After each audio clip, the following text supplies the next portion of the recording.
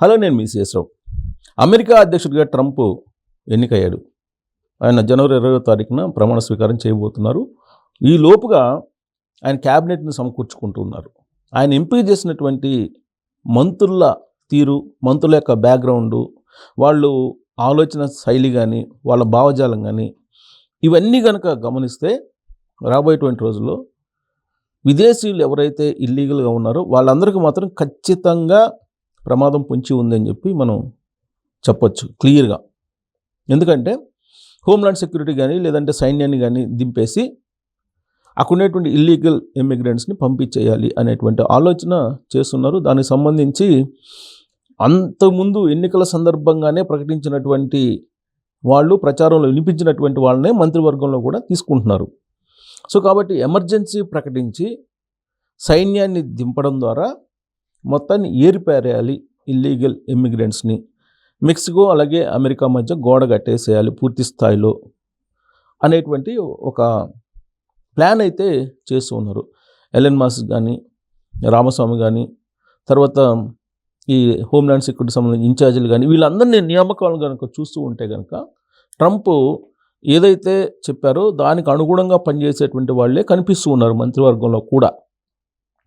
అందుకే ఇప్పుడు ఎమర్జెన్సీ ప్రకటిస్తారు అని ట్విట్టర్లో ఒకళ్ళు ట్వీట్ చేస్తే దాన్ని రీట్వీట్ చేశారు ట్రంప్ తాజాగా.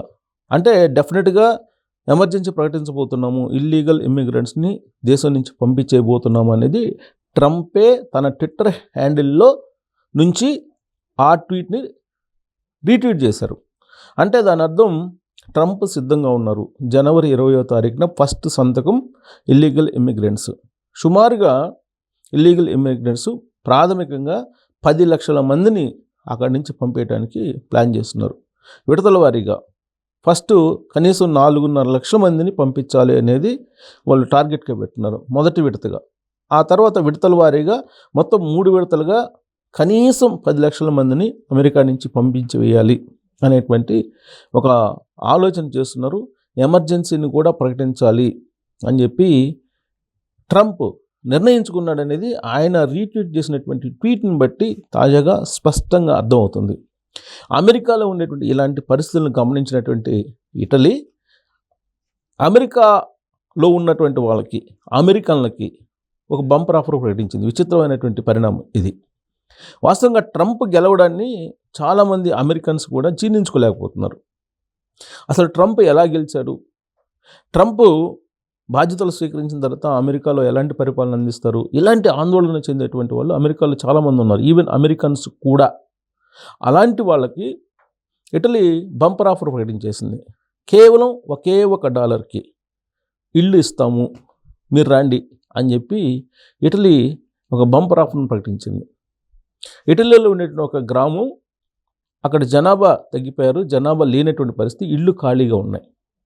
అందుకే $1 అంటే సుమారుగా రూపాయలకి 84 రూపాయలకి ఇచ్చేస్తాము ఇల్లు, మీరు రండి అని చెప్పి ఆఫర్ ఇస్తుంది. అయితే ఇక్కడ మిగతా దేశాలకు కూడా ఇస్తారా, కేవలం అమెరికన్కా అని అంటే కేవలం అమెరికన్లకు మాత్రమే. ఫాస్ట్ ట్రాక్ అంటే ఫస్ట్ కమ్ ఫస్ట్ అంటూ అమెరికా వాళ్ళు అప్లై చేసుకుంటేనే $1కి మీకు ఇల్లు ఇస్తాము, ఇటలీకి మీరు రండి, ఇటలీలో హ్యాపీగా జీవనం సాగించవచ్చు. ట్రంప్ అమెరికా అధ్యక్షుడిగా అయ్యారు కాబట్టి అమెరికాలో హ్యాపీగా జీవించడానికి అవకాశం ఉండదు అనేది ఇటలీ యొక్క అభిప్రాయం. అందుకే ఇటలీ ఇలాంటి బంపర్ ఆఫర్ని ప్రకటించింది. సో ఇంతకీ ఆ బంపర్ ఆఫర్ ఎక్కడ, ఏంటి అనేది కొంచెం డీటెయిల్స్లోకి వెళ్తే కనుక, అక్కడ ఇటలీలో ఉండేటువంటి సర్దోనియా అనేటువంటి ఒక ప్రాంతం ఉంది. ఆ సర్దోనియా అనేటువంటి ప్రాంతంలో అక్కడ ఒక విలేజ్, ఆ విలేజ్ని వీళ్ళకి బంపర్ ఆఫర్గా ప్రకటించారు. ఎవరికి? అమెరికన్స్కి. కేవలం $1 మాత్రమే. సర్దీనియాలోని ఉల్లోలై, ఆ గ్రామం పేరు ఉల్లోలై, ఆ గ్రామాన్ని ప్రకటించారు. అమెరికన్కి ఇచ్చేస్తాం, మీరు రండి, అక్కడ గ్రామంలో జనాభా లేరు, జనాభా లేక బోసిపోతుంది, మీరు మళ్ళా పునరుద్ధరించండి అనేటువంటి ఒక అభిప్రాయాన్ని వ్యక్తం చేస్తూ వెబ్సైట్లో దీన్ని ప్రకటించడం జరిగింది. యాక్చువల్గా అక్కడ శిథిలావస్థకు చేరిపోతున్నాయి, జనాభా లేక, ఇళ్లలో ఉండేటువంటి ఎవరు లేక. కాబట్టి మీరు వచ్చి మీరు ఇక్కడ నివాసం ఉండొచ్చు అని చెప్పి చెప్తూ ఉన్నారు వాళ్ళు. సో ఇలాంటివన్నీ కూడా జరుగుతున్నాయి. ఎందుకు? అమెరికా అధ్యక్షుడిగా ట్రంప్ ప్రమాణ స్వీకారం చేయబోతున్నారు కాబట్టి. అది కూడా సర్దినియా మేయర్ ఫ్రాన్సిస్కో కొలంబో, ఇది అఫీషియల్గా అనౌన్స్ చేశారు. ఫ్రాన్సిస్కో కొలంబో సర్దినియా మేయర్ అనమాట. సో కాబట్టి అమెరికన్ని నేను అభినందిస్తున్నాను, ఉత్తమ వ్యక్తులు అమెరికన్లేనని చెప్పి పొగుడుతూనే మీరు దరఖాస్తు చేసుకోండి, ఫాస్ట్ ట్రాక్ ద్వారా అమెరికా వాళ్ళకి మేము అవకాశం కల్పిస్తామని చెప్పి. సో ఇంతకీ ఇదంతా ఎందుకు జరుగుతుంది అని అంటే, ప్రపంచంలో ఉండేటువంటి అన్ని దేశాలు కూడా ఒక రకమైనటువంటి ఆందోళన చెందుతున్నాయి ట్రంప్ అధ్యక్షుడు అయిన తర్వాత, ఎంపికైన తర్వాత. ఇప్పుడు ఎలక్ట్ ప్రెసిడెంట్ అమెరికాకి ఆయన. సో దాంతో మొత్తం సినారియో మారిపోతుంది. అక్కడ ఉన్నటువంటి ఇండియన్స్ను కూడా డైరెక్ట్గా చెప్తున్నారు, ఆల్రెడీ మీరు సర్దేసుకోండి వెళ్ళిపోండి అని చెప్పి. ఏ రోజైనా మీరు వెళ్ళకపోతే కనుక తరిమేస్తాము అని చెప్పి డైరెక్ట్గా ట్రంప్ మంత్రివర్గంలో ఎంపికైనటువంటి వాళ్ళే చెప్తూ ఉన్నారు.